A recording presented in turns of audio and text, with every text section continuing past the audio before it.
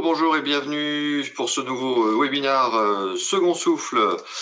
Second Souffle, l'association, qu'est-ce que nous faisons chez Second Souffle? Alors, Second Souffle, nous accompagnons...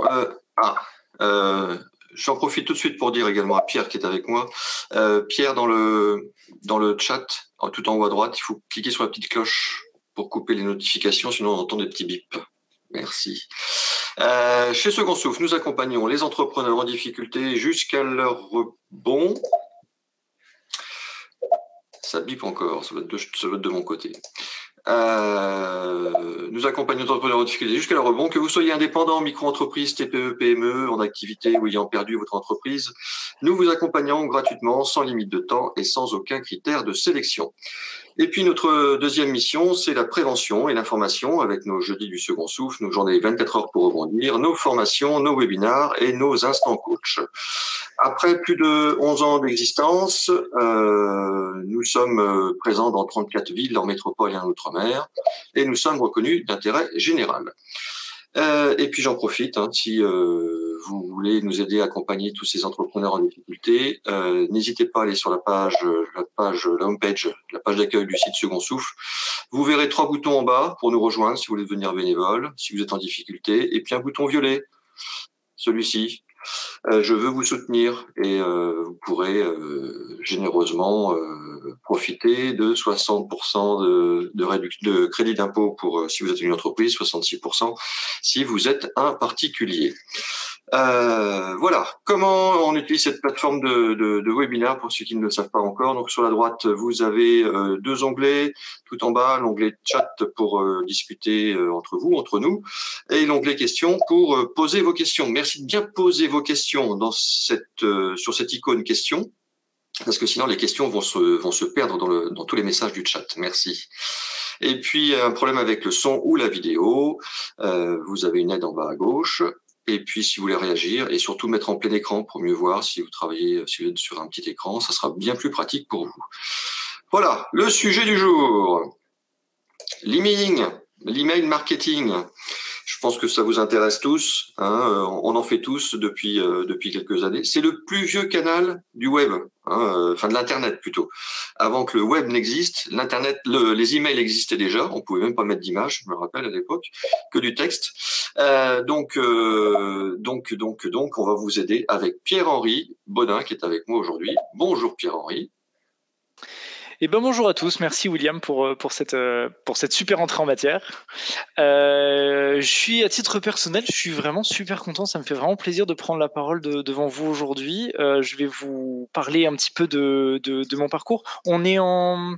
Oui, ça y est, on diffuse le PowerPoint, c'est bon ? Allez, c'est bon. Allez, go. Alors l'idée d'aujourd'hui, c'est de parler, on va s'amuser un petit peu avec les mots, pourquoi faire de l'emailing en 2021 ?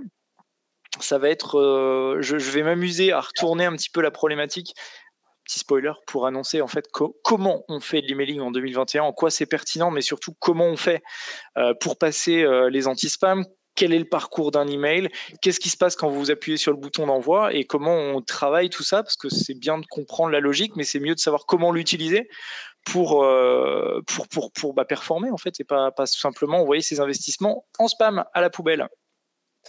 Donc il y aura une première partie pendant laquelle je vais parler pas mal. Je vais essayer de rendre le truc le plus, c'est quoi le mot, interactif possible. Je vais me détendre au fur et à mesure des minutes. Là, je suis un petit peu tendu, ça commence. Et oui, l'idée, c'est que je vais faire des pauses pour que vous puissiez poser vos questions pendant la présentation entre deux parties. On se laissera aussi une belle part à la fin de cet entretien pour les questions plus générales que vous allez pouvoir avoir. Donc, je vous invite vraiment à réagir dans un premier temps sur ce qui est dit. Et puis, on se laissera vraiment du temps à la fin pour des questions plus générales ou des expériences personnelles, des retours. Et entre les deux, on passera rapidement sur le logiciel pour ceux qui n'auraient éventuellement jamais manipulé ce genre d'outil, voir comment ça se présente et concrètement à qui ça s'adresse, pour quel niveau technique il faut avoir pour envoyer du mail. Donc, écoutez, c'est parti. C'est ici qu'il faut que je clique si je veux que ça marche. Ça fonctionne, parfait. Donc, je vais commencer par vous dire un petit mot d'introduction. Ensuite, la première partie sera pourquoi faire de l'emailing en 2021. Donc, finalement, comment faire de l'emailing en 2021. 2022, je dirais. Pardon, oui, mais alors Je suis pas réveillé, moi. Ça la fout mal pour commencer. Hein. En 2022, bien évidemment. De l'email à l'emailing, en fait, l'idée, ce sera une petite explication sémantique sur ce qui se passe sur l'envoi d'un email. Pourquoi mon email peut arriver en spam, dans quel cas il arrive et qu'est-ce qu'il faut mettre, c'est quoi le parcours en fait. Et quelle communication, quel projet, là, on va s'arrêter sur les différentes stratégies que vous pouvez mettre en place autour de 3 projets différents que je vous présenterai et qui permettent de tempérer entre investir peu de temps, mais et savoir ce qu'on peut en attendre, y mettre un peu plus d'énergie et concentrer un peu plus les shoots, ou alors vraiment déployer l'artillerie lourde et savoir du coup ce qu'il est possible d'atteindre de ce genre de communication. Donc finalement, j'ai synthétisé ça par pourquoi faut-il abandonner le marketing push au profit des prises de paroles créatrices de valeur pour le destinataire. Grosse phrase pour dire que ce qui va ressortir de tout ça, c'est qu'une communication institutionnelle, la même pour tous, qu'on balance à plein de gens, ça marche pas. Et donc, il va falloir s'adapter et parler le plus simplement possible aux gens avec qui vous avez envie de parler. Alors, je vais commencer par vous dire un petit mot sur moi. Je sors, donc je ne sais plus si j'ai été présenté qu'en ces termes, mais Pierre-Henri Baudin, donc, je sors d'une école de commerce. J'ai fait un parcours d'études un peu long. Et je me suis poussé dans ces études-là avec l'idée de me dire, si je fais des études, ça m'évitera de passer trop sur le terrain parce que je ne suis pas forcément très à l'aise avec ça. Puis évidemment, tant que tous professionnels, vous me voyez arriver, ça a été une grosse bêtise. Donc après quelques années dans la publicité, en agence, j'ai voulu comprendre un peu où j'allais et surtout descendre sur le terrain pour voir comment ça se passait et puis pour pouvoir mieux appréhender les gens avec qui je travaillais. Donc pendant un an, je suis allé vider des camions chez Decathlon. Et puis au bout d'un an, clairement, j'avais un peu fait le tour de l'expérience en rayon et je me suis dit, niveau du dessus, je voudrais une expérience commerciale. Je vais me faire un peu violence, j'aime pas beaucoup ça, mais on va y aller. Et au cours d'un entretien, j'ai un recruteur qui me dit, écoute, au bout de 10 minutes, il m'arrête, il me dit, écoute, gars, la chasse, c'est pas pour toi, je le sens. En revanche, je connais une petite boîte dans laquelle tu pourrais bien t'épanouir. Et me voilà débarqué chez Sarbacane, donc par le commerce à la base, en tant que commercial à la fidélisation. C'est-à-dire que mon job consistait à vous accueillir, vous avez un abonnement chez nous, bonjour, est-ce que vous voulez renouveler votre abonnement? Oui, très bien, on parle business. Non, je vais essayer de faire un peu mon taf et de comprendre pourquoi vous ne voulez pas faire de l'emailing, pourquoi vous ne voulez plus. Et très souvent, je me suis rendu compte que si les gens voulaient arrêter l'emailing, c'est pas parce qu'on était mauvais, c'est pas parce que l'outil donnait pas satisfaction, c'est parce qu'ils ne savaient pas comment faire un emailing performant. Donc quand vous envoyez de l'email et que vous finissez par balancer tout en spam, vous y perdez du temps, vous y perdez du budget, puis vous y perdez des cheveux aussi, parce que c'est un milieu qui est quand même très très particulier. Or, le BINS que j'avais moi à l'époque, c'est que je suis commercial. Mon job, c'est de faire tourner la boîte et de rentrer des sous. Or, si j'ai un client qui me dit j'y arrive pas, il faut que je prenne du temps pour l'aider. Ça va pas se débloquer tout seul. Il faut de l'accompagnement, il faut comprendre d'où vous allez, d'où vous venez, quel est votre background, si vous êtes technique, si vous êtes marketing, puis ce que vous attendez de nous, en fait, clairement. Et cette éducation-là, ça prend du temps. Or, moi, mon job, c'était de faire tourner la boîte. Donc, en fait, c'est un constat que j'ai eu beaucoup de chance dans mon parcours parce que c'est un constat que ma boîte, Sarbacane, a intégré et a choisi d'aller à 200% là-dedans. Donc, on a créé une équipe d'accompagnement dont je fais aujourd'hui partie. C'est pour ça que, du coup, je vais vous parler beaucoup de Sarbacane parce que c'est là-dedans que j'ai grandi. C'est là-dedans que je suis devenu expert sur tout un tas de sujets. Mais avant tout, mon job n'est pas de vous vendre Sarbacane. Je vais donc vous parler de mon expérience de tout ça, mais avec beaucoup d'entrain parce que c'est ça qui me fait vivre et sinon je ne me lève pas le matin. Mais c'est hyper important pour moi de vous souligner que, ok, je suis passé par le commerce, mais l'objet de cette présentation, c'est parler emailing, c'est pas de vous refourguer la solution en bout de ligne. Donc, me voilà rejoindre cette équipe qui a pour but de vous accueillir quand vous démarrez et de vous aider aussi bien à appréhender la prise en main de l'outil, les questions techniques que vous pouvez avoir, parce qu'il y a quelques petites choses techniques quand même. Et puis, surtout, de vous accompagner tout au long de vos expériences, de vos aventures, que vous soyez artisan, PME ou multinational. On ne gère pas du tout les communications de la même façon. Et puis, les budgets et les moyens que vous allez avoir à disposition ne vont pas être les mêmes. Donc, en fait, ce que j'ai appris chez Sarbacane, c'est que depuis, 22, 23 ans, je crois que l'email a commencé vraiment à se développer. Les choses ont beaucoup évolué. Les gens, vos clients, vos destinataires se sont habitués un certain nombre de pratiques. L'exemple de la Redoute, vous êtes nos meilleurs clients quand vous avez acheté une fois un pauvre truc sur leur... Bon, ça marche plus, les destinataires se sont habitués à une certaine prise de parole et savent très bien quand on leur raconte des cracks. Et de surcroît, l'emailing étant un modèle qui est performant, enfin, je veux dire que vous envoyez pour très peu cher finalement. Quand je dis très peu cher, c'est renseignez-vous sur ce que vaut une minute de publicité sur TF1. C'est un modèle qui est très peu cher. Vous pouvez toucher beaucoup de monde et en plus de ça, vous aurez de la donnée personnelle, donc vous savez qui a fait quoi, qui est intéressé, qui a acheté, ce qu'évidemment on n'a pas sur les grands médias. Donc c'est un modèle qui marche bien, qui marche même très bien. Du coup, tout le monde s'y met et à un moment donné, on n'a qu'une boîte mail. Donc si je commence à recevoir des sollicitations de tout le monde et de partout, ma boîte mail elle va vite devenir inutilisable. Donc il y a un certain nombre de protections qui se sont développés autour des boîtes mail, tout simplement pour que vous ne receviez pas 400 mails par heure, dont 398 saloperies, et puis du coup, aller trouver les mails pertinents dans votre boîte mail, ça ne marche plus. Et c'est le contexte dans lequel on évolue. C'est-à-dire que l'infinie majorité des mails qui circulent, j'ai plus les stats, je ne suis pas un très gros marketeur là-dessus, mais je crois que plus de 90% des mails qui circulent tous les jours sur le réseau, c'est du spam. Donc nos boîtes mail sont hyper protégées. Ce qui veut dire que vous, quand vous allez communiquer, quand vous êtes potentiellement, quand vous êtes une association qui communique sur des adhérents, donc des gens qui ont demandé à recevoir, vous allez vous retrouver au milieu des gars qui vont vous vendre du Viagra, qui vont vous vendre du Bitcoin, etc. Et vous allez devoir passer les mêmes filtres, les mêmes protections. C'est pour ça que du coup, dans cette présentation, je me suis amusé à dire mais pourquoi faire de l'emailing ? En fait, pourquoi faire de l'emailing ? C'est évident. Parce que c'est facile, c'est rapide, c'est hyper efficace et c'est pas cher. Ok. La vraie question, c'est donc comment on fait un emailing qui va passer ces filtres, qui ne sont donc pas nos ennemis, vous l'aurez compris, quand à partir du moment où on fait de la communication propre. Et donc la vraie question, c'est comment, donc je me répète, comment faire de l'emailing en 2021 ? 22. Non mais je crois que je l'ai fait tout au long de la présentation. Je vais arrêter là-dessus, mais je vais avoir une petite remise en question à la fin. Alors, on peut partir de qu'est-ce qu'un email. Vous le verrez quand on passera sur la partie prise en main du logiciel. Un emailing, c'est une liste de contacts plus un modèle. Et les deux sont à étudier et à travailler autant l'un que l'autre. L'idée de dire je fais un joli modèle et puis j'envoie ça comme un barbare à toute une liste de contacts, ça ne marche évidemment pas. Si le modèle est évidemment pas travaillé, ça va évidemment pas bien se passer. Mais au niveau de l'emailing, qu'est-ce que ça veut dire qu'une base ? C'est qu'on va pas parler de la même façon à ses prospects et à ses clients. Les triggers, on va voir ça de transformation, sont pas du tout les mêmes. Je vais pas parler à des particuliers et à des professionnels de la même façon. Chaque segment en marketing que vous allez pouvoir identifier dans votre base, il va falloir lui adresser un message potentiellement un petit peu différent.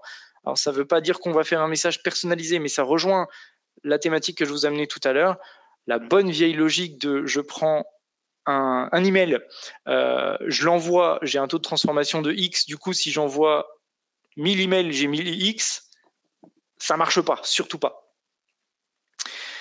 Donc, on va s'arrêter sur le parcours d'un email. Alors là, je vais partir un petit peu en métaphore et puis je vous proposerai des ressources juste après sur des vidéos que vous allez pouvoir revoir de ce qui se passe quand vous appuyez sur le bouton d'envoi d'un email.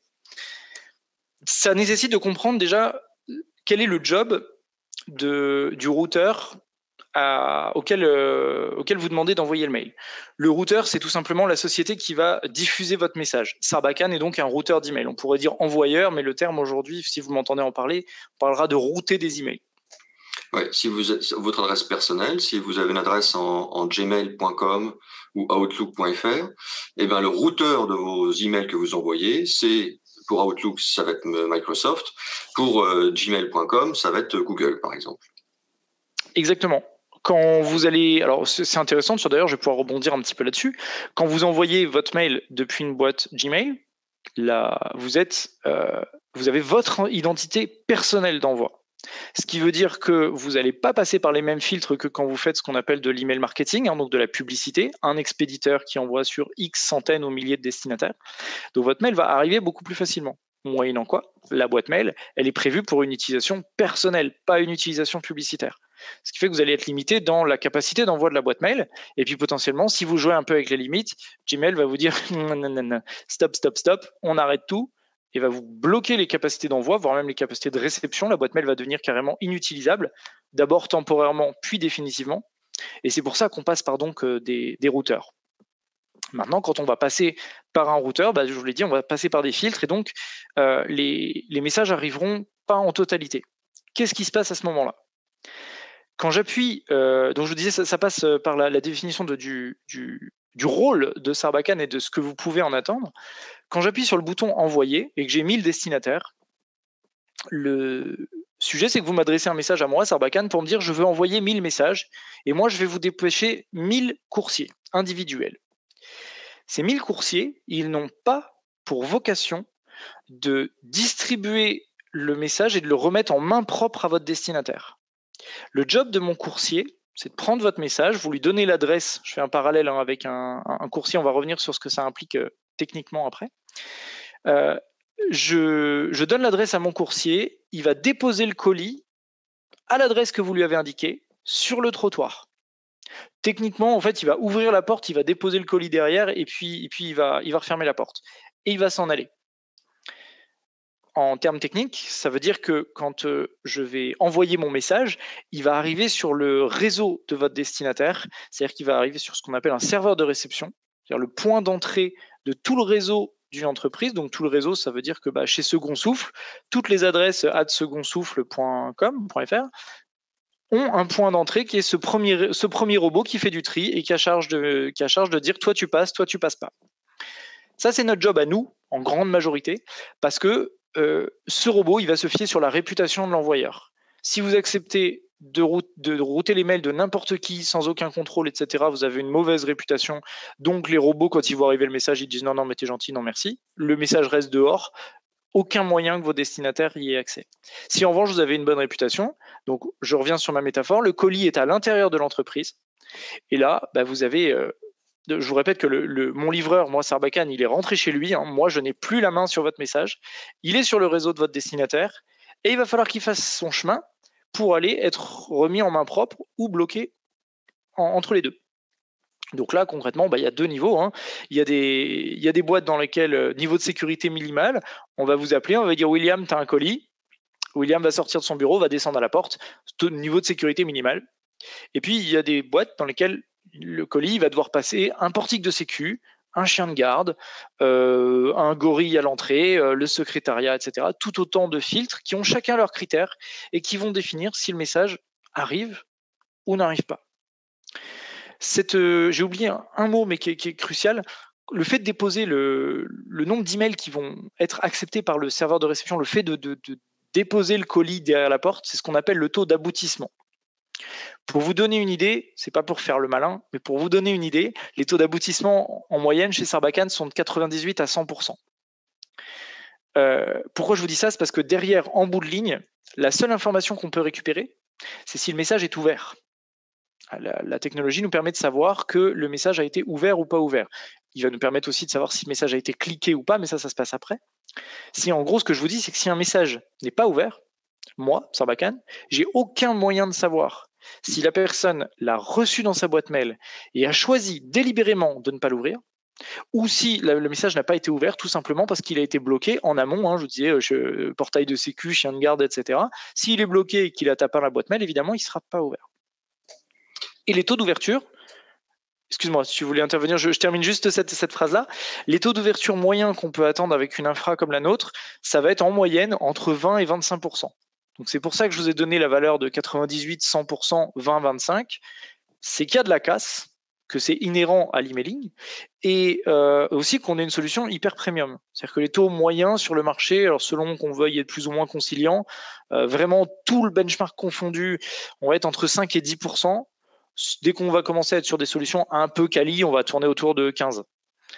Nous, 20-25.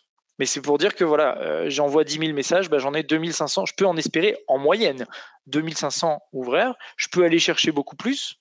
Et à partir de là, on va être sur des critères plus comportementaux. Est-ce que mon message intéresse mes destinataires, etc. On va voir ça dans la suite. William, tu voulais intervenir? Oui, j'aimerais savoir si pour tout le monde c'est bien clair cette histoire de délivrabilité, comment ça se passe.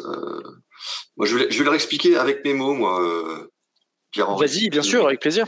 Hein, un petit peu technique, mais vous envoyez 1000 mails avec Sarbacane, avec Sendinblue, avec Mailjet, avec Mailchimp, avec ce que vous voulez. De toute façon, le fonctionnement est le même. Hein, la qualité est différente, mais le fonctionnement est le même.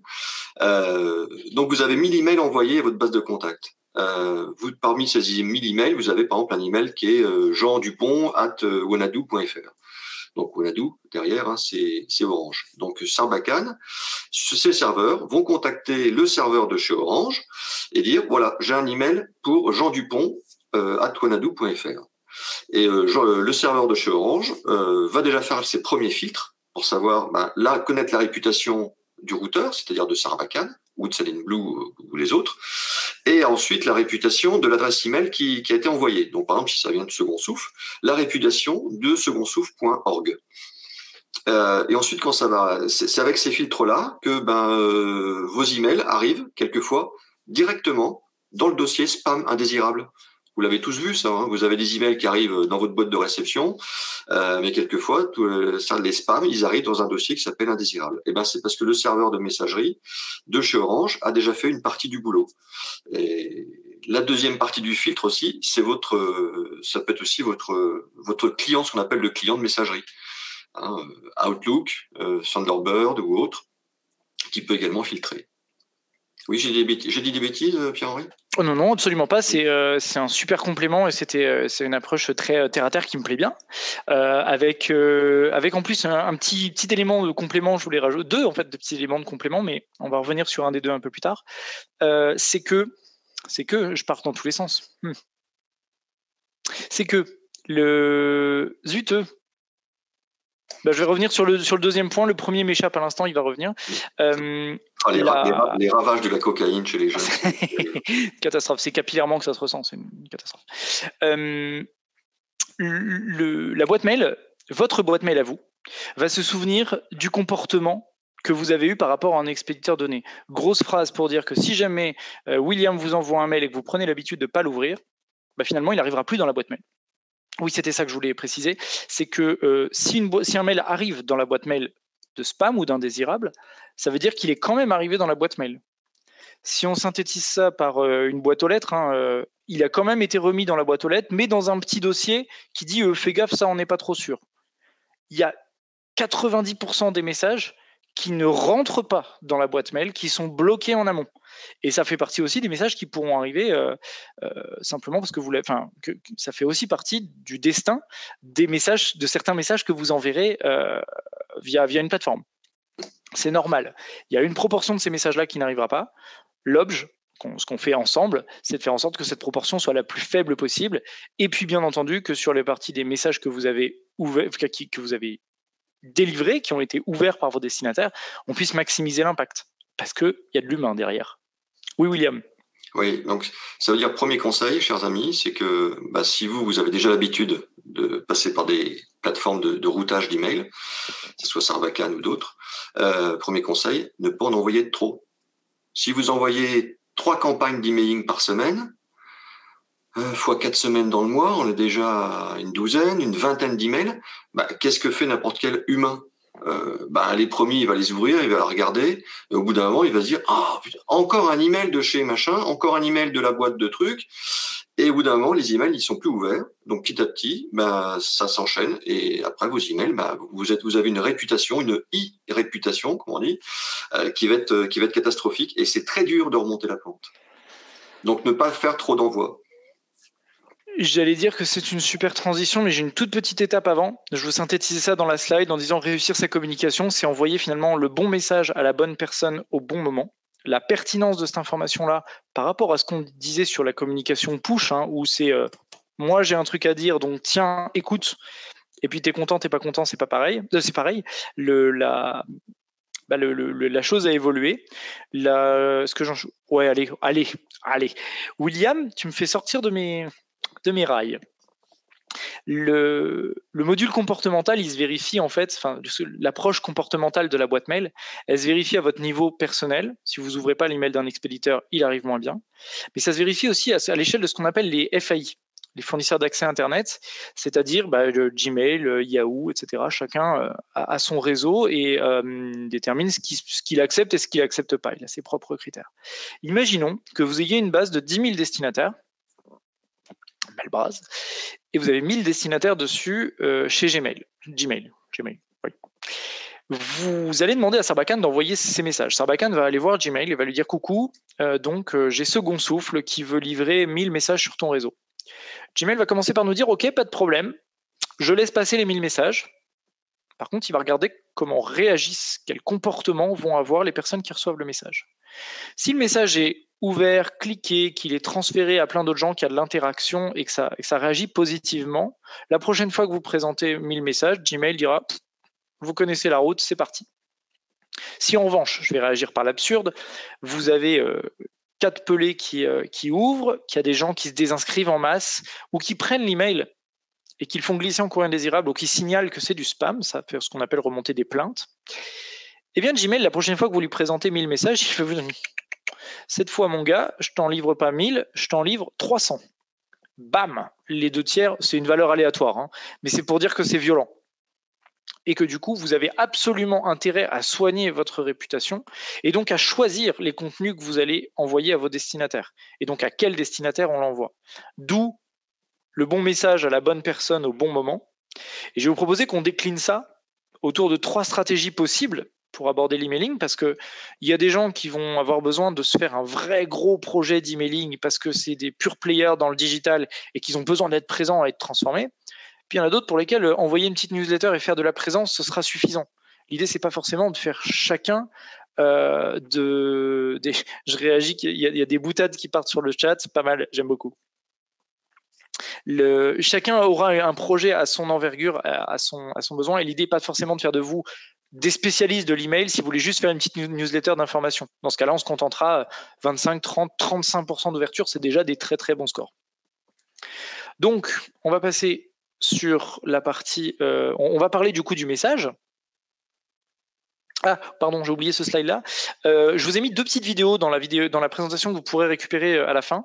La première, c'est un petit schéma comme celui-ci qui explique ce qu'on a dit sur le serveur de réception, le réseau du destinataire et le fait que le mail arrive ou n'arrive pas en boîte mail. C'est une petite vidéo de 3 minutes qui explique la délivrabilité. La seconde, c'est un petit bonbon. On a eu le plaisir de recevoir Fred de Fred et Jamy de C'est pas sorcier, qui est venu tourner une émission avec nous sur qu'est-ce qui se passe quand on envoie un email. Et on a 15 minutes de Fred qui nous parle d'email et qui nous parle de ce qui se passe, de la vie de l'email, et de façon beaucoup plus ludique que cette approche un peu plus terre à terre. Donc ça, je vous encourage à aller les découvrir, c'est des chouettes petits moments. Alors le bon message, tiens, on va faire une petite pause. Est-ce que vous avez des questions sur ce qui vient d'être dit avant qu'on attaque cette partie stratégie? Alors, oui, envie de réagir. Oui, il y a déjà quelques questions. Une question de Julie. Quels sont les routeurs de qualité? Sendinblue, Mailchimp? Alors, pour vous répondre là-dessus, on va essayer de la jouer, bon gars. Ce sont toutes les 3, Sendinblue, Mailchimp, Mailjet, des solutions relativement qualitatives. À partir du moment où c'est des noms qui commencent à arriver sur le marché, on peut se dire que vous partez pas sur une arnaque. Hein. C'est des boîtes qui ont pignon sur rue, et si elles ont pignon sur rue, c'est que leurs clients sont relativement satisfaits, donc que la qualité d'envoi est assez bonne. Si mon boss m'écoute, mes amis, la différence, elle va se faire au niveau de la façon d'aborder la chose. Je vais pas parler des autres, je vais parler de ce qu'on fait nous. Nous, on présente tout carte sur table. On est 100% français, nos infras sont en France, nos équipes d'accompagnement sont en France, ce qui veut dire aussi vos données restent en France, au cas où, c'est protégé par la RGPD et tout ça. Vous avez évidemment des interfaces qui vont être plus ou moins intuitives. Certaines solutions ont été développées par des ingénieurs. Faut avoir la mécanique ingénieur pour pouvoir comprendre comment envoyer du mail, ça ne s'adresse pas à tout le monde. Il y a des solutions plus ou moins efficaces sur le mailing, mais celles que vous m'avez citées sont très costauds. Et puis, il y a l'accompagnement. Et là, autant je tape pas sur les copains, autant je peux nous dire qu'on est très très présent autour de nos clients. Nous, on a intégré que si on voulait renouveler nos clients et concevoir des relations de long terme, pas passer notre temps à aller chercher des nouveaux parce qu'on ne sait pas s'occuper d'eux, c'est tout simplement, si vous voulez renouveler votre abonnement, il faut que vous ayez du résultat. Et du résultat, c'est pas juste du mail ouvert, c'est du mail ouvert, du mail cliqué et de la transformation derrière. Donc, on a une équipe, moi, je fais partie d'une équipe d'une vingtaine de personnes qui répond au téléphone, au chat, par email, par SMS, qu'est-ce que je raconte, par chat, je crois que j'ai déjà dit, et par prise de rendez-vous. Voilà, c'était ça que j'avais en tête sur toutes ces questions-là, en fait. L'objet, c'est soit de vous dire, écoutez, vous avez besoin de ça, soit de vous transmettre la connaissance pour que vous puissiez vous débrouiller sans nous, au final. Et il y a d'autres questions, mais on va se les garder pour la fin, parce que la réponse va être assez complète, je pense. Et puis la question que vient de poser Nadia, je crois que tu vas commencer à y répondre maintenant. Alors, j'ai pas vu la question de Nadia. Non, mais vas-y, tu veux qu'on ait tes slides, okay. Je pense que tu vas y répondre. Le bon message. Alors, le bon message, dans un premier temps, sur l'approche, ça va être une logique dans laquelle on ne va pas trop se préoccuper. C'est vraiment l'approche push, hein. C'est-à-dire qu'on va essayer de faire un message qui va passer correctement les anti-spams. Un message qui va passer correctement les anti-spams, c'est un message sur lequel on va mettre en place ce qu'on appelle les bonnes pratiques, c'est-à-dire tout simplement tout ce qui va vous différencier des spammers. Donc, il y a quelques points que je peux vous mettre en avant. Déjà, les pièces jointes. Il y a un mot très très technique pour ça, c'est verboten. Interdiction de faire des pièces jointes quand vous allez faire de l'envoi, tout simplement parce que la pièce jointe que vous envoyez, l'anti-spam ne peut pas voir ce qu'il y a dessus. Donc vous dites que c'est un PDF, nanana, si c'est un point exe, c'est-à-dire si c'est un petit robot que vous camouflez en PDF et puis dès que vous commencez à cliquer dessus, vous téléchargez une saloperie qui vérole votre réseau, l'anti-spam ne peut pas voir ce qu'il y a dessus. Donc par essence, il s'en méfie. En plus, une pièce jointe, c'est lourd. Mais si on envoie un PDF, il faut avoir en tête, c'est une variable dont on pourra reparler, c'est pas important de la mémoriser, mais chez nous, un email, on considère qu'il est optimisé s'il dépasse pas 195 kilooctets. Au-delà, la délivrabilité, permettez-moi d'être vulgaire, se pète la gueule, et j'utilise vraiment ces mots-là parce que c'est pas ça s'infléchit, c'est vraiment drastique, ça tombe très très vite. Donc pièce jointe, interdit. Comment je fais à ce moment-là ? Je vais héberger mes documents et je vais mettre un message. Coucou les amis, pour retrouver le replay du webinaire Second Souffle, cliquez ici. Et je vais inviter les gens à cliquer, à arriver sur une plateforme où ils vont pouvoir télécharger mon document ou consulter mon document. Pièce jointe, verboten. La deuxième partie, ça va être le gros morceau, c'est les spam words. S-P-A-M-W-O-R-D. Les spam words, c'est tout simplement les champs lexicaux qui sont retenus, enregistrés par les anti-spam, qui sont bêtement des robots, donc on leur dit de quoi ils doivent se méfier. Et c'est tout le vocabulaire repris par les spammers. Et là où c'est compliqué, c'est qu'on va retrouver énormément de termes commerciaux. Alors si je vous parle de Viagra, d'escorte, de services de voyance, de Bitcoin, il y a des choses qui vont vous paraître évidentes. Il y a des choses qui vont être un peu plus compliquées. Parce que si jamais je parle de spam, en fait, c'est quoi du spam ? Dans la définition, c'est juste de la communication non sollicitée. Si je vous envoie un mail et que vous n'attendez pas à me recevoir, comment je vais attirer votre attention ? Je vais essayer d'être le plus séduisant possible. Offre exceptionnelle, remise, déstockage, voilà, tout ce qui va pouvoir vous dire « Oh, dis donc, ça a l'air intéressant ». Oui, le problème, c'est que tous ces termes-là, étant donné qu'ils sont très très largement utilisés, il faut à tout prix les bannir. Oui. Ne serait-ce que les points d'exclamation. Effectivement. Tiens, une ressource que j'ai pas mis dans la présentation, ce sera bonus pour ceux qui écoutent. Je vous invite à tester à éprouver le blog emailing.biz, emailing.biz. C'était un blog qui était hyper sexy, il y avait énormément de contenu vraiment très très agréable à lire, et il a cramé au moment où OVH a pris feu. Donc aujourd'hui, il est un petit peu moins attrayant, mais les contenus sont vraiment vraiment vraiment top. Ça s'adresse à des gens comme vous qui sont pas forcément spécialistes de l'emailing et qui fait de la vulgarisation. Par exemple, vous allez sur EmailingBiz, vous tapez dans l'onglet de recherche objet, et on vous détaille des articles sur c'est quoi un bon objet, qu'est-ce qu'il faut surtout pas faire, c'est quoi la bonne méthodologie pour accoucher d'un bon objet.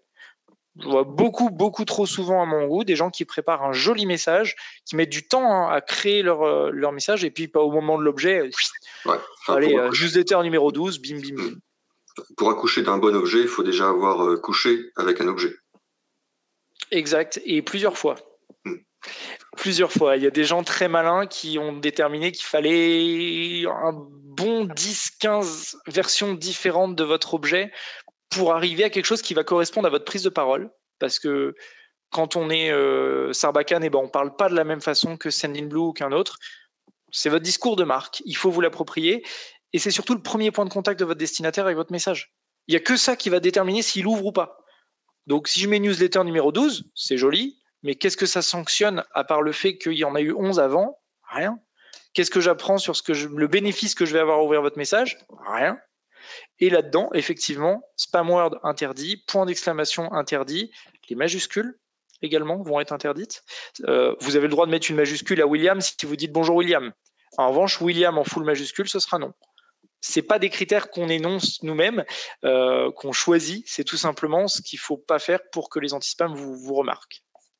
Et puis une dernière pratique qu'on voit beaucoup aussi, c'est ce qu'on appelle le full image. C'est-à-dire avoir un graphiste qui vous fait un joli format, une jolie newsletter avec du texte et tout, mais au format JPEG ou PNG, et que vous allez intégrer en tant qu'image seule. Là, la difficulté, c'est que l'anti-spam, c'est un robot. Que le robot, quand il voit une image, il ne voit pas ce qu'il y a dessus. Et donc, que ce soit du Viagra, des choses comme ça, je m'amuse avec les termes Viagra, etc. Je sais que ça fait réagir, mais c'est la réalité de ce qui se passe. Il ne peut pas voir. Donc, il va chercher les éléments de texte que vous mettez au format texte, une image avec du texte dessus, il peut pas décoder le texte. Et donc, s'il n'en trouve pas, vu qu'il est là pour protéger, il n'est pas là pour être votre copain, et du coup, il va bloquer. Donc, on recommande des ratios de texte-image qui soient de l'ordre de 70-30, 60-40. C'est très, très indicatif, ça n'a rien de scientifique comme valeur, mais c'est pour vous donner 70%, 60% de texte pour à peu près 40% d'images. Si vous mettez trop d'images, c'est suspicieux, l'anti-spam va dire mais qu'est-ce que vous essayez de me cacher? Et puis surtout que chaque image doit avoir ce qu'on appelle un texte alternatif, un titre. Si vous mettez des images alors qu'ils n'ont pas de titre, alors, je ne sais plus comment ça s'appelle sur Sarbacane ni sur chez nous, ça s'appelle la légende. Les techniciens parleront de la balise alt si vous faites de l'HTML. Texte alternatif. Ouais. Mais là, on commence à rentrer dans des choses un petit peu plus poussées. C'est-à-dire que je te rejoins, hein, tu as absolument raison, William, mais c'est aussi des choses sur lesquelles, pour ne pas vous faire peur, il y a des critères qui sont plus importants que d'autres. Si vous avez un ratio de l'ordre de texte-image qui est plus de l'ordre de 50-50 que 70-30, c'est moins gênant que si vous mettez solde exceptionnel en full majuscule avec des points d'exclamation dans l'objet, quoi. Il y a des choses qui vont se tempérer. Et pour le coup, c'est notre job de vous aider à prioriser ça. Parce que sinon, si on essaye de faire le truc parfait, on passe 6 mois à préparer le message ultime. Et super transition, merci beaucoup pour le coup de main, William. Et on en oublie qu'on parle à des gens et que le bon message, c'est quelque chose de performant, ça va être le bon message à la bonne personne. L'idée du bon message, pour finir cette transition, c'est que du coup, j'ai quelque chose à dire, mais je ne sais pas quelles sont les attentes de mes destinataires. Donc ça correspond à prendre une grenade, à la balancer dans un lac et à espérer qu'il y ait du poisson en dessous. S'il y en a, tant mieux. S'il n'y en a pas, je shoot. Si je vous dis moins 20% sur ma paire de godasses que j'ai envie de vous vendre, pour celui qui était en train de se dire j'ai un trou à ma chaussure, c'est parfait. Pour celui qui vient de racheter une paire de godasses, c'est de l'argent perdu c'est de l'argent jeté par la fenêtre. Et pire, il va se dire mais comment il a eu mon adresse celui-là? Au nom de quoi vous m'envoyez un email? Enfin, vous ne me connaissez pas du tout en fait. Donc je ne vais pas ouvrir. Éventuellement, je ne vais pas ouvrir le suivant. Et hop, on rentre dans la logique qu'on a évoquée tout à l'heure. La réputation va baisser parce que la personne n'ouvre pas le message. Donc, de l'importance de comprendre ces stats, là, on va s'amuser avec le fait qu'on a parlé tout à l'heure de taux d'ouverture. Imaginons que j'envoie un message et que j'ai 30% d'ouverture. Pas mal. J'ai alors des gens qui vont ouvrir mon message, qui vont cliquer sur mon lien et puis qui vont acheter. Puis j'ai des gens qui vont ouvrir mon message, qui vont cliquer puis qui ne vont pas acheter. Le différentiel qu'il y a entre les deux, j'ai une population qui me dit quelque chose. Pourquoi vous avez cliqué sur mon lien, vous n'avez pas été jusqu'au bout de la démarche d'achat? Est-ce que je suis trop cher? Je vous ai proposé des chaussures de ville, vous vouliez des chaussures de rando? Est-ce que Mais là, j'ai quelque chose par rapport à celui qui ouvre et qui ne clique pas parce qu'il ne trouve pas son compte, j'ai quelque chose. Puis j'ai des gens qui, comme on vient de le dire, qui ouvrent et qui ne cliquent pas. Est-ce que pareil, je leur propose une autre incentive? Est-ce que je leur propose un tarif supplémentaire? Est-ce que je leur propose une autre type de gamme? Qu'est-ce que je comprends de ce comportement-là? Et puis finalement, je vais aussi avoir toute une partie de mes personnes. Si j'ai 30% d'ouverture, montons à 40, soyons fous. J'ai 60% de ma base qui n'a pas ouvert mon message. Donc, qu'est-ce que je comprends? Est-ce que je leur réadresse un message? Comment je fais? Là, je vous propose d'illustrer cette compréhension de votre base avec l'exemple d'une agence de voyage. Je pars sur des exemples business parce que ça parle à tout le monde, mais ce sont les mêmes schémas. Ouais, je t'écoute, William. Il nous reste 20 minutes, Pierre. Ok, ça me fait pas trop peur. Je vais vite. Je pars sur l'exemple d'une agence de voyage. Si je vous propose un voyage, disons au Maroc, pour un budget de 2000 €, départ dans 15 jours, et je mets un bouton d'action, un bouton d'achat, ne vont cliquer sur mon message que les gens qui sont dispo pour aller au Maroc pour le budget que je propose, au timing que je propose. S'il s'avère que William serait hyper chaud pour le Maroc, c'est carrément dans son budget, mais dans 15 jours, il est chez belle-maman. Si je lui mets qu'un seul bouton d'action, la seule chose que je vais voir, c'est qu'il va ouvrir mon message, il va passer à autre chose. Je n'ai donc aucun moyen de savoir, d'avoir un intérêt de savoir quel est son intérêt pour la chose. Si je multiplie les boutons d'action, si j'en mets un deuxième, que William serait hyper enthousiasmé par le voyage que je lui propose, c'est le bon budget, juste la date est pas bonne. Je vais mettre un bouton en savoir plus qui va permettre de voir les photos du voyage, le programme, éventuellement des verbatims, quelque chose qui va apporter une valeur ajoutée. Eh bien, William va cliquer sur mon en savoir plus, je vais voir qu'il n'a pas cliqué sur l'achat. Du coup, je peux ressolliciter William pour lui dire, dis donc, est-ce que ça te dirait d'autres dates? Est-ce que ça te dirait un autre tarif? J'ai un petit peu de marketing à faire derrière, mais on peut aller prendre l'info. Et par extension, je peux proposer comme ça différentes gammes. Voyage pays chaud, bouton d'action, en savoir plus, bouton d'achat. Voyage pays froid, bouton d'action et bouton d'achat. Ce qui fait qu'au final, si William il aime passer ses vacances sous les cocotiers et que Pierre il est plutôt aventure avec des mushers dans le Grand Nord, je vais bien voir par qui clique sur quoi, je vais pouvoir segmenter mes résultats et du coup adresser des contenus pertinents. Voir également carrément voir quels contenus sont plébiscités et quels les autres ne sont pas du tout lus par mes destinataires. Donc voilà, donc finalement, en essayant d'interpréter ça, je vais plus donner la parole aux gens à qui j'envoie des messages, je leur permettre de réagir et je vais leur envoyer des contenus plus pertinents, donc ils vont plus réagir, augmentation de la réputation et tout le monde gagne. Est-ce que vous avez des questions sur cette partie-là? Sur cette partie-là, non, je crois qu'il n'y a pas de questions, on va avancer. Ok. Il y aurait de quoi se faire une bonne heure de discussion autour d'un café, autour de chaque thématique, donc on va vite, mais n'hésitez pas. Et on s'en reparlera si vous le souhaitez. Hop. Et puis le bon message à la bonne personne au bon moment, je me suis amusé, j'ai mis la data. C'est-à-dire que si je reprends ma métaphore de la grenade et du lac, il y en a un où on met très peu de temps d'effort puisqu'il va juste suffire de faire un joli message. L'autre, le bon message, la bonne personne au bon moment, ça nécessite de vraiment connaître vos destinataires. Et donc par rapport à ma métaphore du lac, je vais prendre des bouquins, je vais voir quel type de poisson il y a dans le lac, à quelle heure ça se nourrit, ce que ça mange, je vais venir appâter, et puis je viendrai pêcher au bon endroit, au bon moment, quand je sais que ça va mordre. Et là, l'exemple, c'est le parcours client. Si je sais que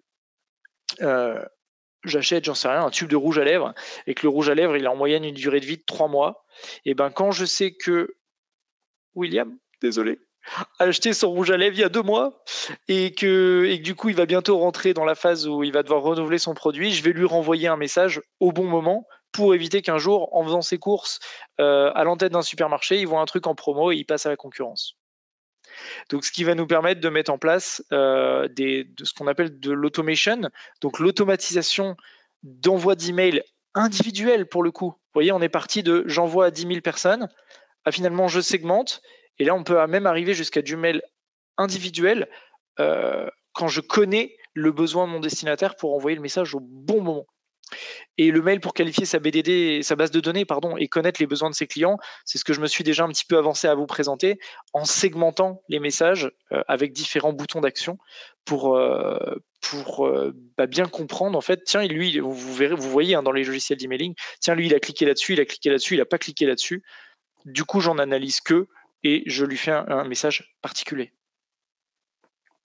Donc au final, j'ai synthétisé ça en disant voilà, un potentiel infini pour tribuer les ressources adaptées, du temps, de la matière grise et du bon sens. C'est que la plupart du temps, perdez pas de vue, qu'on est tous énormément sollicités par l'email.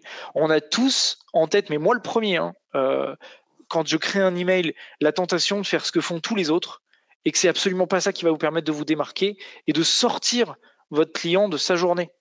Parce que quand vous recevez, quand vous envoyez un email, vous savez dans quelles conditions vous l'envoyez, c'est pas du tout dans quelles conditions vous allez le recevoir. Là, je suis en présentation avec vous. Quand je vais reprendre ma journée de boulot, je vais avoir reçu 50 mails. Celui qui m'a envoyé un message juste à ce moment-là, il a 1/50 de mon attention. Vous ne pouvez pas savoir, mais ça fait partie de ce qui va être pris en compte, à prendre en compte, pour de l'email de masse. Is good? Ok, alors je vais vous proposer qu'on passe sur un petit... Oups, où est-ce que je change ça sur Sarbacane, en fait, vous montrer un petit peu comment ça s'articule. Hop. Alors Sarbacane, c'est une application web, donc on peut y accéder depuis app.sarbacane.com. J'en profite pour vous glisser que vous pouvez créer un compte et tester gratuitement la solution pendant 1 mois. Il n'y a absolument aucun engagement.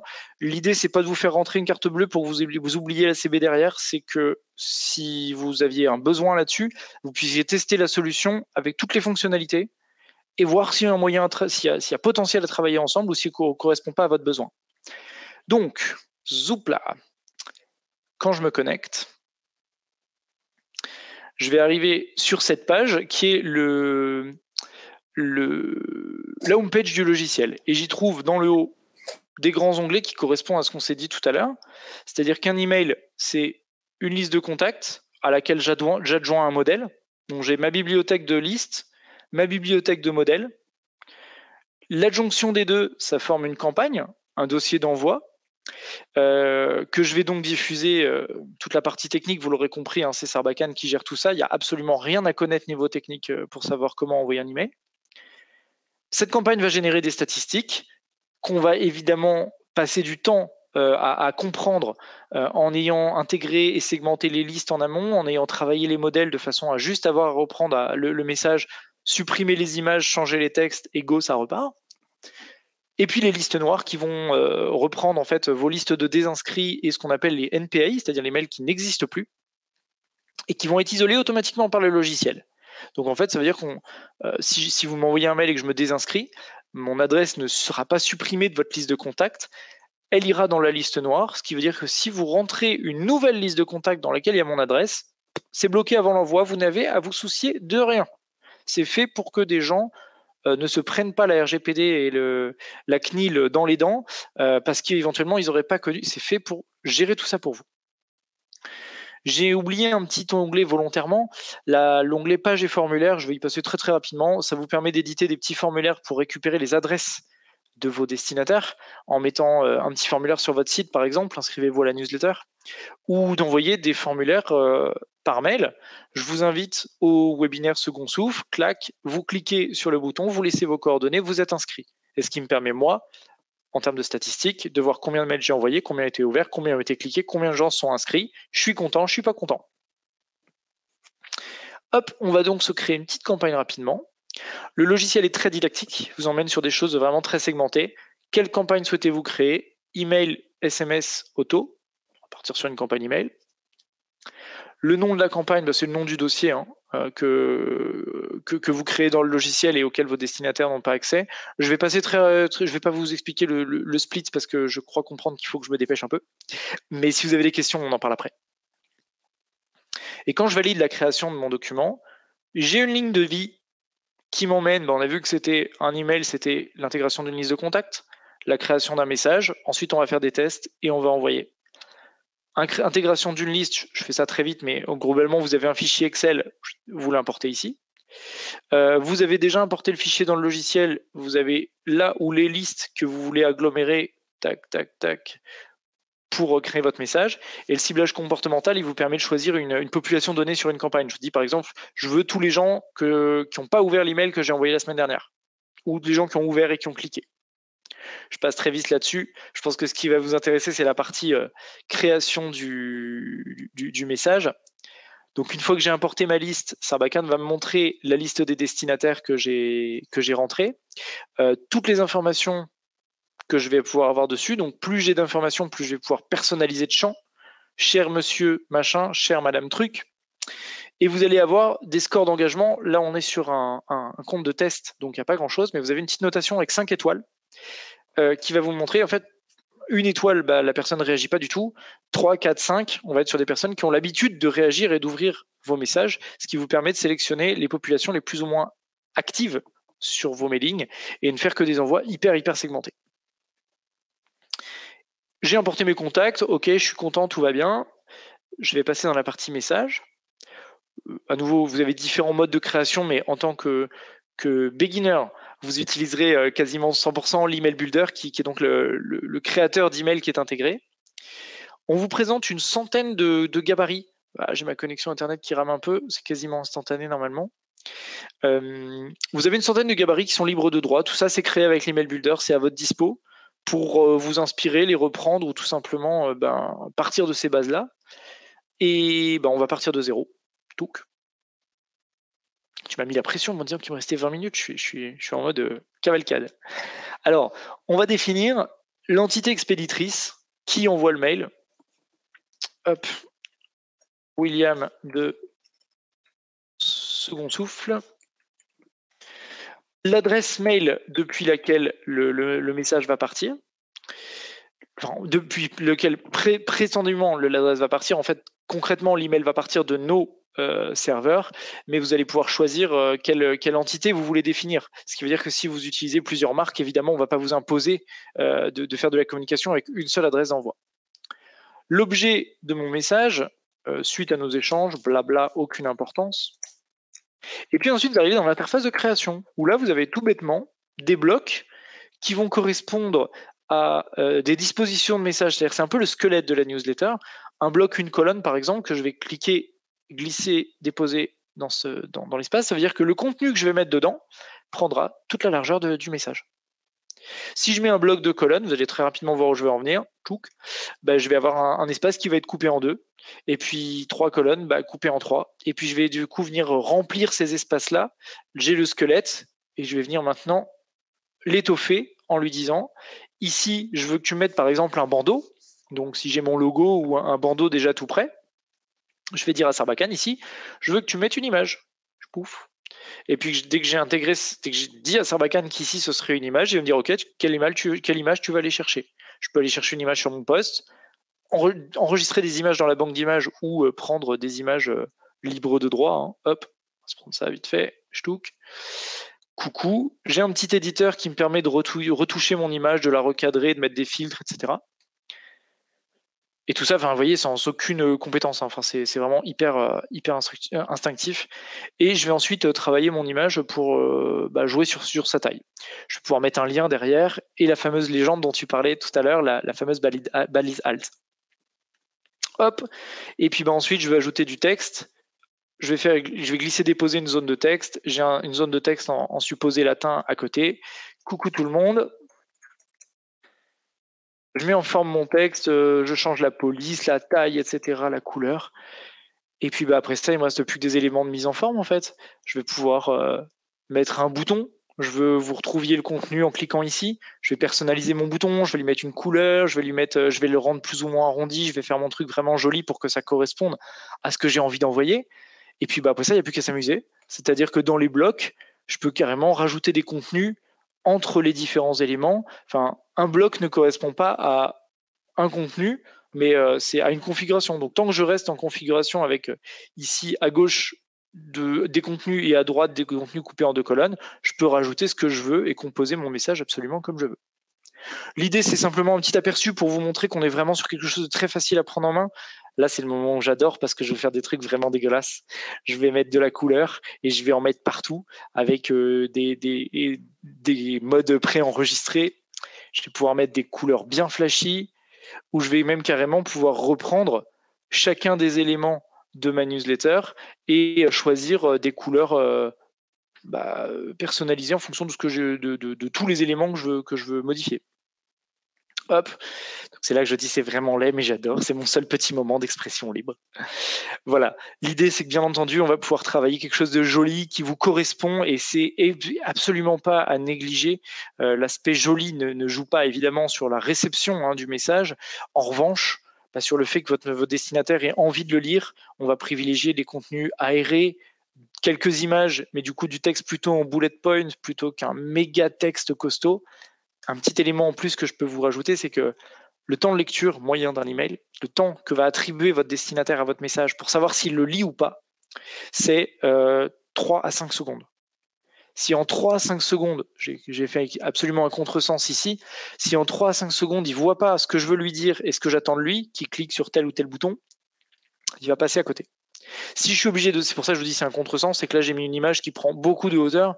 Si jamais je suis obligé de scroller pour comprendre qui vous êtes et ce que vous voulez me dire, vous allez rater un certain nombre d'opportunités. Donc je vais préparer mon message, je vais le rendre tout joli, tout ça.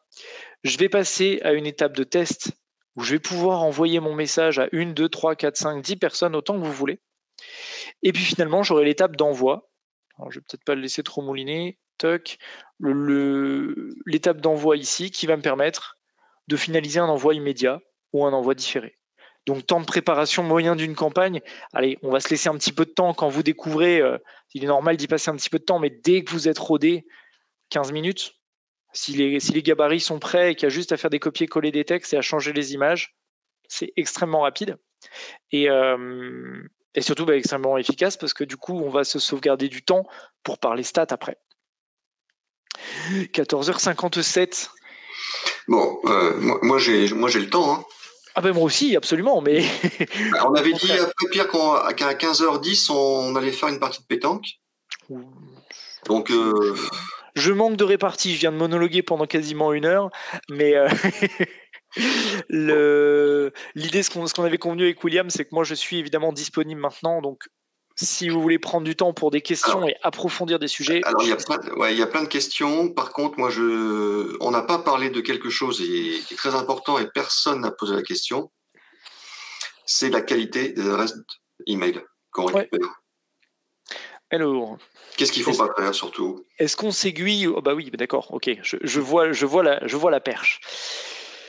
C'est très tentant, ça donne l'idée qu'on va pouvoir convaincre beaucoup de gens en peu de temps, mais ne soyez surtout pas tentés d'aller acheter des bases. L'achat de base, ça veut dire 2 choses. Soit vous allez mettre un petit budget et vous allez acheter du contact qui est vendu à tout le monde, donc des contacts qui vont être énormément sollicités, puis des contacts un peu pourris. Hein. Si vous envoyez du mail sur contact@sarbacane.com, vous avez l'équipe marketing, vous avez l'équipe technique, vous avez tout le monde qui le voit, donc au final tout le monde le voit, personne ne le voit. Et puis surtout, si tout le monde reçoit des sollicitations d'adresses qui sont vendables,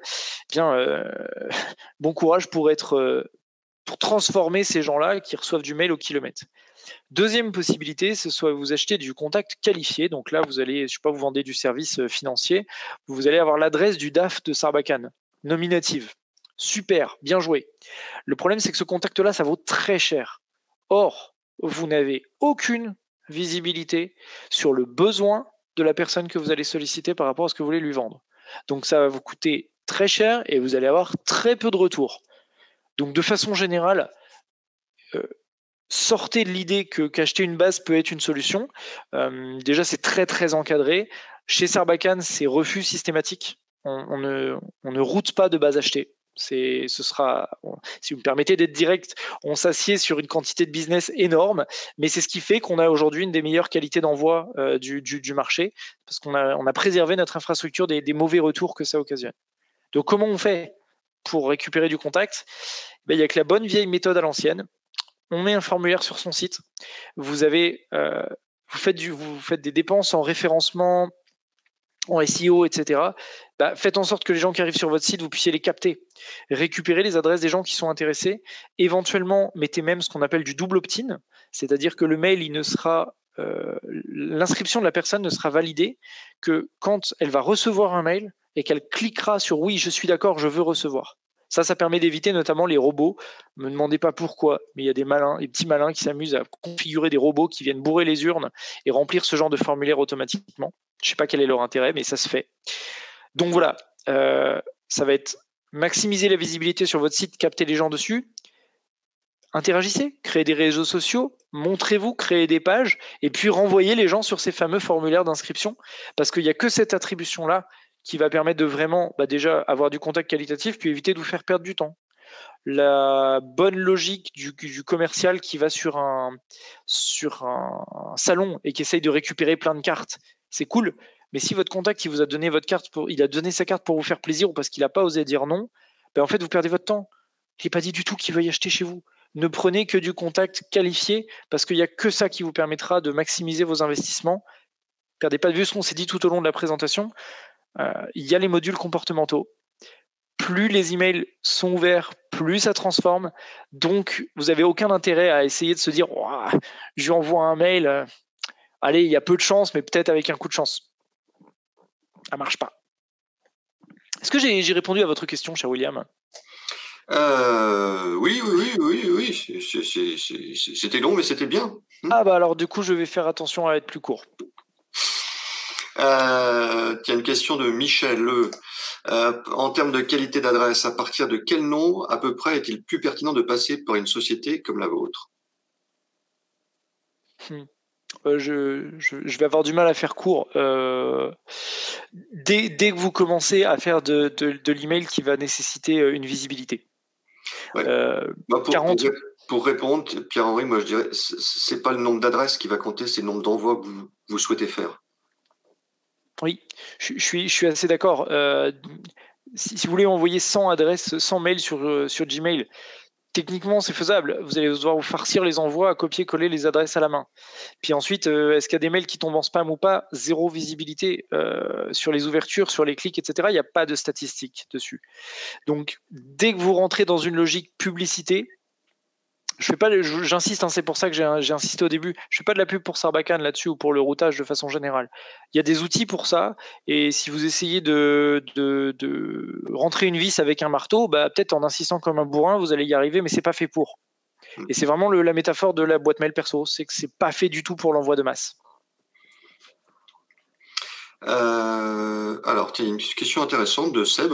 Par rapport à la publicité via Google, est-ce aussi efficace ? Atteignons-nous les mêmes objectifs au niveau de l'acquisition de prospects ?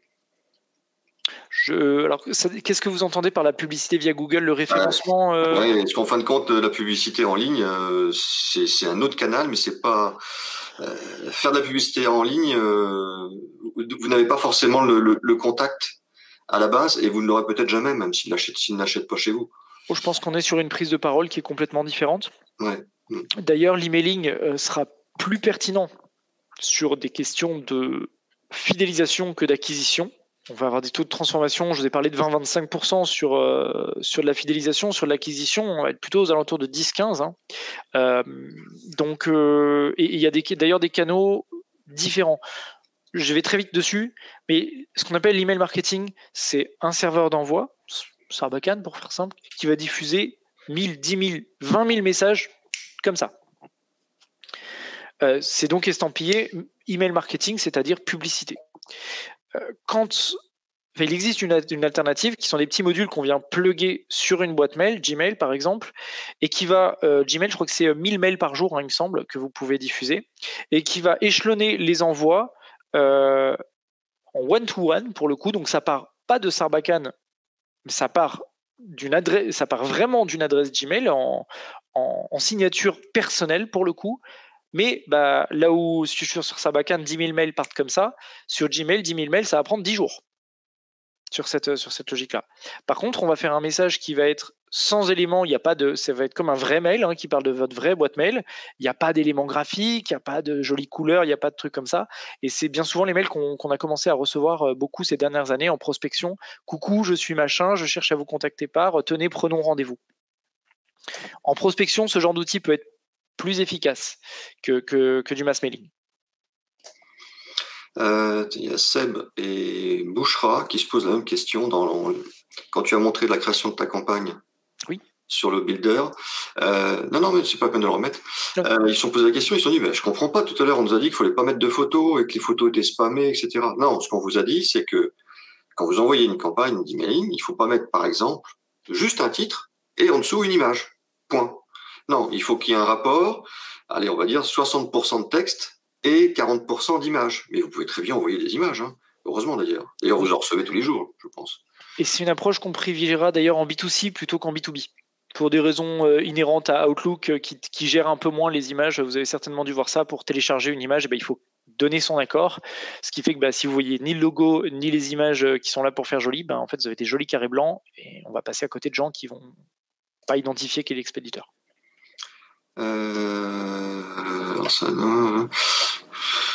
Fréquence des campagnes emailing par mois, taux de rebond, mais quelle est la fréquence des campagnes emailing par mois? Tant que vous avez des choses pertinentes à dire. Ne rentrez pas dans la logique de prendre la parole pour occuper le terrain. J'ai discuté il y a encore très peu de temps avec une boîte qui s'est dit « Ah, on va dire à nos clients qu'on est devenu plus écolo. Quel bénéfice pour eux ?» « Oh on veut juste qu'ils sachent. » Non mais non, non. Vous m'envoyez un message pour me dire, pour m'arrêter dans ma journée, que je vous donne du temps pour dire « Hey, ça y est, notre produit il est plus écolo. » Et je suis content pour vous. Vous m'avez fait perdre du temps. La prochaine fois, je ne vous ouvrirai pas parce que j'ai autre chose à faire.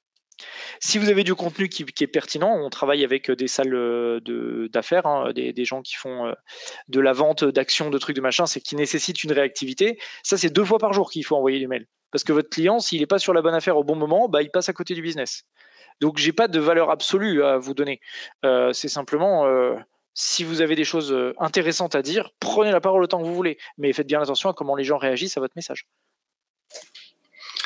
Alors, il y a Carole qui a posé aussi des questions avant le début du webinaire. Carole que j'embrasse, hein, Carole de Vendée. Alors, lorsque l'email part de la plateforme de tunnel de vente type system.io, comment augmenter la délivrabilité? J'étais bien embêté, j'espère que Carole est avec nous. Oui, Carole est en train de taper, merveilleux, parce que je ne sais pas exactement ce qu'elle entend par system.io. Je crois, en attendant la complétion, je crois qu'il s'agit de la solution dont je vous ai parlé tout à l'heure, c'est-à-dire de plugger une petite boîte à email sur la boîte mail. Nous, on a une solution qui s'appelle Datananas, D-A-T-A-N-A-N-A-S. J'ai pas choisi le nom, hein. Et qui permet ce genre d'email. Là, pour répondre à Carole, si j'ai bien compris l'enjeu de la question, c'est que là, on n'est pas sur un email qui est estampillé pub. C'est comme si vous envoyiez à la main votre email à 1000 personnes, sauf qu'au lieu de vous taper passer toute la journée à mettre en forme le truc, envoyer, mettre en forme le truc, envoyer, le robot prépare les envois et les cadences pour vous. Et ça, effectivement, vu que c'est pas estampillé mail de pub, ça arrive beaucoup mieux. On va avoir un petit peu. Mais par contre, pose une question. Je crois que par contre, on n'a pas les mêmes retours statistiques, parce que comme on n'est pas sur un message qu'on appelle HTML, je vais aller très vite, mais c'est pas le même format de message, on peut pas cacher la petite icône, le petit pixel invisible qui permet de détecter les ouvertures et donc à fortiori les clics. Et donc, voilà, on peut avoir des retours, les gens vont entamer la discussion directement avec vous. Plateforme qui mixe tunnel de vente, emailing. Et tu peux me redonner la question globale maintenant que Carole nous a Lorsque l'email part de la plateforme de tunnel de vente type system.io, comment augmenter la délivrabilité? Je pense que je répondrai de façon assez générale. Je connais pas system.io, donc je vais vraiment, mais je veux pas faire une réponse de politicien non plus. Je pense que la délivrabilité au sens général, elle dépend de la qualité du message, technique, de la réputation et du coup de la pertinence à qui on l'envoie. Et ça, c'est vrai de toute façon, quelles que soient les plateformes, même que ce soit du one-to-one ou que ce soit de l'email de masse. Oui, alors a priori, j'ai l'impression que c'est en fait une plateforme qui va faire du transactionnel. Alors je vais parler des termes un peu techniques, mais j'ai l'impression que c'est une plateforme qui va faire du transactionnel, du mass mailing, du machin. Et c'est eux qui renvoient en fait, vous leur dites moi je veux faire tel type de truc et ils choisissent les canaux qu'ils vont distribuer. Donc en fait on est en plein dedans, c'est que c'est exactement les mêmes critères. Tous ces mails-là passent par les mêmes filtres, donc c'est toujours la même chose. La délivrabilité, c'est toujours les mêmes affaires. Alors, Karine nous dit, justement, Sarbacane gère à la fois la version texte plus HTML? Oui. Absolument. Alors, la version texte... Vous pouvez même la retoucher, votre version texte. Exactement. La version HTML, c'est donc la version, ce qu'on a vu sur l'email builder, c'est la jolie petite création graphique que vous allez faire, ce qu'on appelle la version HTML. Correspond, en gros, vous dites à l'interface, moi je veux du bleu, du rouge, machin, et Sarbacane génère ce qu'on appelle un code HTML, c'est le langage informatique qui correspond à l'emailing, et quand vous envoyez ce langage informatique, la boîte mail le remet en place exactement comme vous l'avez demandé. Ce qu'on appelle la version texte, c'est une version épurée de tous les éléments graphiques, avec uniquement du texte dans une police qui est pas modifiable, c'est toujours la même chose. En fait, c'est ce que vous avez quand vous utilisez le bloc-notes Windows. Hein, c'est le truc vraiment moche par excellence. Vous pouvez pas mettre de lien hypertexte, c'est toujours forcément, ça va pas être pour retrouver notre site, cliquez ici, ça va être retrouver notre site sur www. Si, on peut mettre des liens hypertextes. Hein, sur les versions texte. Oui. C'est la seule chose qu'on peut faire. Hein. On peut faire du retour à la ligne et sauter de ligne aussi, c'est tout. On peut mettre du lien, hein, mais par lien hypertexte, j'entends un truc William où il y aurait écrit William sous ligne bleue et tu cliques dessus. Oui, mais c'est qu'en fait, le client mail, lui, va reconnaître que c'est du HTTP et il va fabriquer automatiquement le mail. Le lien cliquable. Là, tu me l'apprends parce que moi, jusque-là, c'était quelque chose. Bon, ça reste du détail, hein, c'est pas dramatique, mais c'est pour dire que de toute façon, ce message-là, ça correspond. C'est très, très, très spécial. À la base, ça servait pour les gens qui avaient des devices qui ne lisaient pas l'HTML, genre BlackBerry. Vous recevez un mail sur BlackBerry, s'il n'y a pas cette copie web, cette espèce de copie carbone, version texte, pardon, cette espèce de copie carbone, vous ne pouvez pas accéder au message. Donc oui, nous on fait ce qui s'appelle du multipart. Donc c'est la partie HTML plus la copie texte brut, bien qu'aujourd'hui soit un reliquat d'une période passée qui ne serve plus, il n'y a plus un grand intérêt. Il y a une question intéressante de Bouchra. Est-ce que vous avez une idée sur le taux d'aboutissement quand le emailing est devancé ou combiné à une autre communication, vidéo, YouTube par exemple? Ok, alors je vais m'amuser sur les mots. Si on parle d'aboutissement, c'est la notion dont je vous ai parlé tout à l'heure avec mon livreur. L'aboutissement, c'est le nombre d'emails qui sont acceptés par le serveur de réception. C'était juste une petite piqûre de rappel pour dire que du coup, ça n'a aucun impact. Je pense que par aboutissement, on voulait parler de délivrabilité. Je vous fais une réponse en 2 temps. La première, c'est que si votre message il comprend une pièce jointe, des messages en majuscules, etc., il se fait être bloqué avant d'arriver sur la boîte mail. Donc de toute façon, qu'il y ait une campagne de préparation ou pas, s'il est bloqué en spam pour des raisons techniques, ça ne changera rien. En revanche, oui, c'est carrément intéressant. On parle là finalement de qualification de base. Si je vous sollicite par les réseaux sociaux, par exemple, pour dire tenez, inscrivez-vous à mon jeu concours, et puis que je vous envoie les règles du jeu concours par mail, je ne l'envoie qu'aux gens qui se sont inscrits. Donc forcément, quand ils vont arriver le mail, ils vont être beaucoup plus enclins à ouvrir et ils savent ce qu'ils attendent. On va avoir beaucoup plus de réactions. Mais si on parle délivrabilité pure, est-ce que le mail va arriver en boîte mail? Malheureusement, le fait qu'il y ait une préparation à l'email ou pas ne change rien. Si la boîte mail le rejette, la boîte mail le rejette. Alors, il y a une question de Seb. L'envoi de notifications, alertes, est-ce géré par Sarbacane? Alors, c'est ce qu'on appelle des emails transactionnels. C'est-à-dire que vous avez un site internet, votre boutique en ligne, etc. Et que chaque fois que quelqu'un arrive sur une page du site ou clique sur un tel bouton de votre site, automatiquement, ça envoie un mail. Automatiquement, ça vous envoie votre panier. Automatiquement, ça vous envoie votre commande d'achat, etc. Ça, c'est pas des campagnes d'emailing. C'est pas du marketing. C'est ce qu'on appelle de l'emailing transactionnel. C'est-à-dire que là, vous utilisez une plateforme qui, lui, va délivrer énormément d'emails tous les jours, justement, pour chaque chose qu'il y a à faire sur une boutique en ligne, par exemple. Et donc ça, est-ce que Sarbacane fait de l'emailing transactionnel? Oui. Avec une réponse en 2 temps encore. Il y a une solution qui s'appelle TipEmail, qui est le pendant transactionnel de Sarbacane, qui a l'avantage, qui a l'inconvénient d'être plus technique. C'est-à-dire que le message, par exemple, il n'y a pas une jolie interface, etc. C'est de l'HTML, mais qui permet de configurer des trucs très poussés. Donc, c'est un coût aussi d'utilisation qui est moins important. Par contre, la solution de Sarbacane permet, par des systèmes d'interfacement, de mettre des campagnes automatiques en place qui vont permettre de jouer ce rôle-là. Effectivement, mon épouse gère un hôtel, un petit hôtel indépendant. Hein. On n'est pas le groupe Accor, on n'a pas des grosses fortes de frappe, etc. On a mis en place ce genre de choses pour que quand un client arrive, il prend sa réservation la veille ou quelques heures avant d'arriver, reçoit un petit SMS. Même canal que l'email, pardon, pas le même canal que l'email, mais même fonctionnement en termes d'envoi. il reçoit un petit SMS pour dire coucou, on est content de vous recevoir, etc. Pour le parking, ça se passe comme ça, nanana. Petit message de bienvenue, c'est paramétré avec un outil Sarbacane. D'autres outils permettent de faire ça, mais c'est tout en un, c'est-à-dire qu'il y a possibilité effectivement de programmer des choses. Ça me paraissait hyper clair et j'ai l'impression d'avoir été brouillon dans ma réponse. Oui, c'est possible. Ah oui, parce que moi je t'écoutais plus depuis 5 minutes.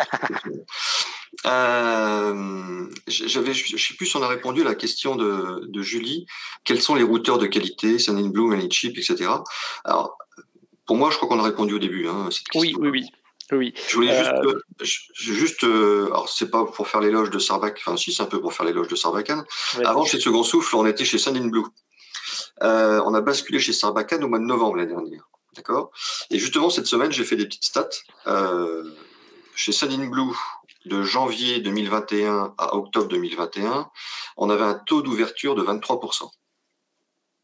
Ce qui est correct. Ce qui est honorable, vraiment, oui. Ouais. Au mois de novembre, quand on est passé chez Sarbacane, on était déjà à 29%. Au mois de décembre 2021, on était à 35%. Et le mois dernier, j'ai fait un 43,5%. J'ai dit dès le début que je ne mettrais pas en avant la solution. Non, mais c'est pour ça que je le fais. Merci pour ce retour. Moi, à mon niveau, je vais rester, je vais rester, voilà, à ma place à ce niveau-là. Mais un élément de réponse qui est important. Nous, routeurs d'emailing, Sarbacane, Sendinblue, etc., on existe par le nombre d'emails qu'on envoie. C'est-à-dire que du coup, Orange, Wanadoo, Gmail, etc., nous connaissent et nous reconnaissent sur le volumétrique que vous envoyez. Donc, sans aller du coup se taper sur les petits copains ou quoi, pour moi, Sarbacane, Sendinblue, Mailjet et consorts, à partir du moment où vous entendez parler d'eux, bah, c'est que déjà, ils ont une volumétrie, ils ont une présence sur le marché qui fait que. Donc, je ne vais pas vous orienter sur l'un ou l'autre. Si, c'est écrit là, bien sûr que si, je vous oriente sur. Mais si, par contre, ce dont il faut se méfier, c'est des petites solutions de quartier. Ça ne veut pas forcément dire qu'ils vont nécessairement faire du mauvais boulot. Ça veut dire que le moindre petit dérapage, et hop, là, il passe en zone rouge et vos envois arrivent beaucoup moins bien.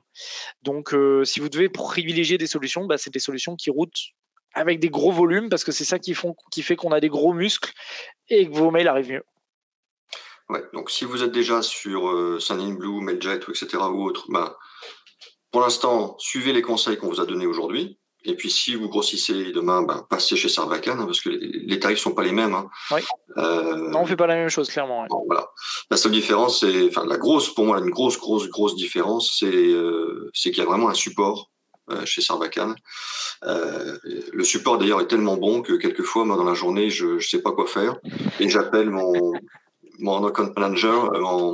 Les gars, on a trouvé le gars qui appelle tout le temps. Voilà, c'est moi, j'appelle, il s'appelle Grégory, je l'appelle et puis je lui parle de tout et de rien pendant 5. Et bien il est là, il m'écoute. Voilà. Non, mais sans rire, c'est vraiment ça. C'est-à-dire que dès que vous avez un souci, vous pouvez prendre votre téléphone et appeler Sarbacane, vous aurez quelqu'un au bout du fil qui vous expliquera tout ça. Et j'espère pour vous que ça ne sera pas Pierre-Henri. On en reparlera. Il y a une très bonne remarque de Franck. La notoriété de William joue aussi sur ses stats. C'est dit sur le ton de la boutade, mais ça rejoint absolument tout ce qu'on a dit depuis le début. Si la montée en puissance de tes stats, elle est assez impressionnante, William. Je peux pas te dire le contraire ou te dire que c'est pas évidemment tout le monde a le même parcours, non.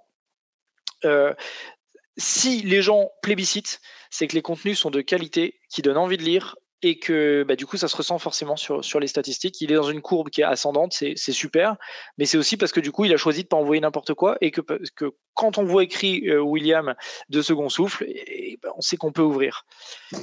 Et c'est là-dessus que je voulais rebondir, c'est qu'évidemment, ouais, c'était dit sur le ton de la boutade, mais oui, c'est le sujet, clairement. Bon, beaucoup de questions sur le tarif. Est-ce que tu peux nous donner une idée de tarif le plus bas? Voilà, il y a certainement des indépendants, des micro-entrepreneurs qui nous écoutent aujourd'hui. Voilà, ils ont peut-être une base de 1000 contacts et ils vont peut-être faire 2 envois par mois. Ça va faire 2 campagnes, ça fait 2000 envois. Quel budget il faut attendre chez vous, par exemple? Alors, réponse en cash, le plus petit abonnement, il est à 5000 emails par mois. Alors, je parle bien d'abonnement parce que, en fait, c'est un niveau d'accompagnement, c'est un niveau de service, c'est tout ça qui fait que vous mettez on parle de 80 €, je crois, hein, dans ces eaux-là, par mois. Il existe des formules mensuelles, il existe des formules annuelles. Donc le mensuel, ça veut dire qu'on peut très bien prendre 1 mois, 2 mois, 3 mois, arrêter. Il n'y a pas d'engagement sur ces notions-là. Évidemment, l'annuel est plus intéressant que 12 mensualités. Ça, c'est une logique commerciale assez évidente. Ce qu'il y a aussi, c'est que vous allez avoir le choix entre 3 niveaux d'offres. Il y a l'essentiel, le premium, l'exclusif.